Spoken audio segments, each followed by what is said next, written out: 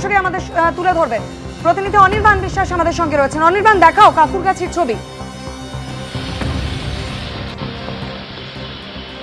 দেখো, একদমই আজকে যে দুপুরে কিন্তু কলকাতা পুরসভার পার্ক অ্যান্ড স্কোয়ারের যে সমস্ত কর্মী তারা কিন্তু সরিয়ে ফেলার চেষ্টা করছে। অন্যদিকে কলকাতা পুলিশের যিনি সার্জেন্ট রয়েছেন তিনি কিন্তু এখানে যান নিয়ন্ত্রণ করছেন যাতে কোনো সময় এখানে যানজট তৈরি না হয়। যেহেতু এটি একটি গুরুত্বপূর্ণ রাস্তা, কাছেই রয়েছে বিসি রায় শিশু হাসপাতাল এবং অন্যদিকে উল্টোডাঙ্গা স্টেশন, ফলত একটা ব্যস্ত রাস্তা, সেই রাস্তার উপরে গাছ পড়েছে এবং সেই গাছ দ্রুত কেটে সরিয়ে ফেলার কাজ করছেন পুরসভার যারা পার্ক অ্যান্ড স্কোয়ারের কর্মীরা রয়েছেন তারা।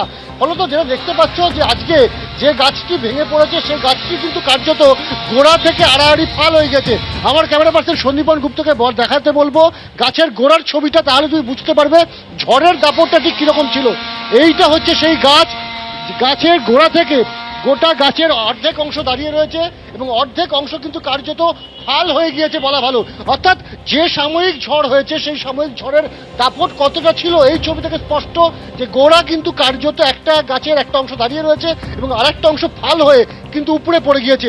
স্বাভাবিকভাবেই পুরসভার কর্মীরা এই মুহূর্তে তারা চেষ্টা করছেন যত দ্রুত সম্ভব এই গাছ কেটে রাস্তা যাতে পরিষ্কার করে দেওয়া যায় এবং যান চলাচলের যে ব্যাঘাত হতে পারছে সেই ব্যাঘাত যেন যত দ্রুত সম্ভব কমিয়ে ফেলা যায়। কারণ একটু পরেই সন্ধে নামবে, অফিস ছুটির সময় রাস্তায় গাড়ির চাপ আরও বাড়বে। ফলত পুলিশ এবং পুরসভা যৌথ উদ্যোগে তারা চেষ্টা করছেন যান চলাচল সচল রাখতে এবং সেই কারণেই কিন্তু গাছ কাটার বিভিন্ন জায়গায় কিন্তু পুরসভার তরফ থেকে কাজ শুরু হয়ে গিয়েছে।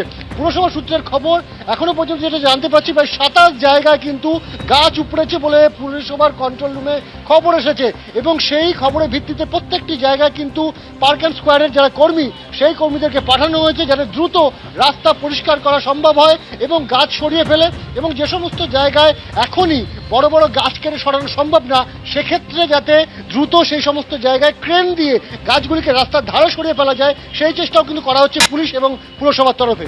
একদমই অনির্বাণ, সেই ছবি আমরা দেখতে পাচ্ছি। 1 ঘন্টার দুর্যোগে দুর্ভোগে সাধারণ মানুষ, দেখতেই পাচ্ছেন বিভিন্ন জায়গায় গাছ উপড়ে পড়েছে।